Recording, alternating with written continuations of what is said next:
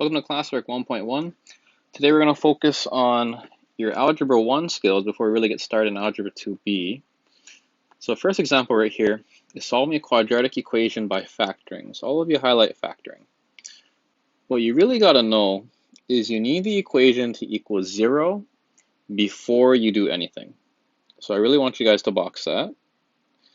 And in my class, I often will put a 3D box, meaning that's like super important. So I encourage you to do the same thing. You can make a 3D box or just whatever you do to really highlight. This is a very important fact. You want the equation to equal 0. So let's do that here.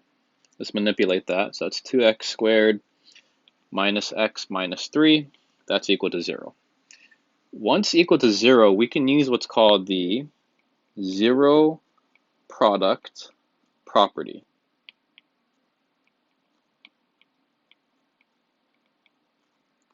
Meaning when we factor it, so let's factor that. That's just 2x and x, 3 and 1, plus and minus. We can just set each of these individual pieces to 0 and solve it because it equals 0. So hopefully you guys can solve these two things in your head. X should be 3 over 2 and negative 1. And there we go. We're done. So that would be solving an equation by factoring. The next technique is completing the square. And this is one people will often forget.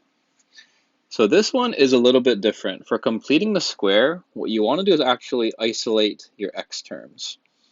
So isolate x terms, meaning we're going to have to move this 4 over. So x squared plus 5x, I'm going to leave a blank like this and make it equal to negative 4. That's going to be your first step. And notice how it is not the same as we did in the previous problem. For completing the square, we actually, if that's a 0 or not, it's not a huge deal. What we really need to make sure is this stuff is alone.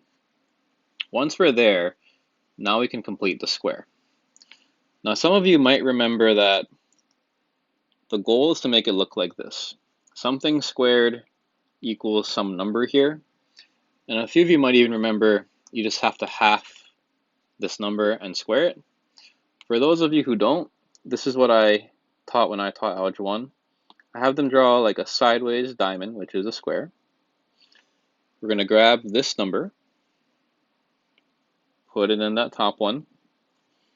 We split 5 into 2 pieces, which would be 5 over 2. And then multiply them together to get 25 over 4. So notice how we completed the square, and that's the magic number I need to write here. Plus 25 over 4. Plus 25 over 4. Notice how I add the both sides to balance the equation. And for those of you who like formulas, we're basically just doing this. B over 2 squared. That's what that number is right there. Once we have that, we can start working with it.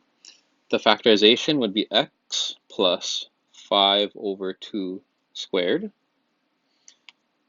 And why I like the box method in Algebra 1 especially is because notice how this piece 5 over 2 is appearing right there. So that's really convenient. Let's add negative 4 to 25 over 4. So if it helps, you can write negative 4 over 1. And let's get common denominator. That's negative 16 over 4 plus 25 over 4. Now we have x plus 5 over 2 squared. That's equal to 9 over 4. We're going to square root both sides. We get x plus 5 over 2. That's equal to plus or minus 3 over 2. And now we have it. Let's keep solving. X is equal to negative 5 over 2 plus or minus 3 over 2. So x should be negative 4 or negative 1. And that's after you evaluate the plus and the minus. So think of that negative 4 as negative 5 minus 3 over 2. That negative 1 is simply negative 5 plus 3 over 2. Now let's complete the square on something a little more difficult. Notice how there's a 2 in the front. So in order to do that method I just showed you earlier, I kind of glossed over this fact, but we do want this to be a 1. That makes it much easier. If it's not a 1, we want to make it a 1. So let's just multiply everything by 1/2 first. That's going to make it much better. So now I have x squared minus 4x minus 5 over 2. That's equal to 0. Once I'm here, this is going to be a lot better. Do the exact same thing we just did. X squared minus 4x. I'm going to isolate my x terms.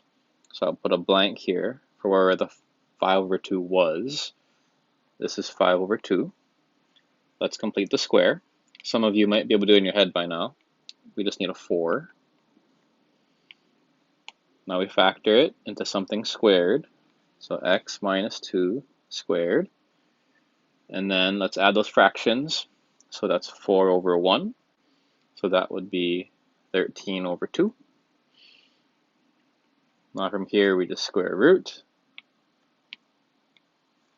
So x minus 2 should equal plus or minus root 13 over 2. Now in Algebra 2a, you probably rationalized. For something like this, I'm okay if you just leave the radical on the whole thing like that. So I will take this as an answer. Just add the 2 over 2 plus or minus the square root of 13 over 2.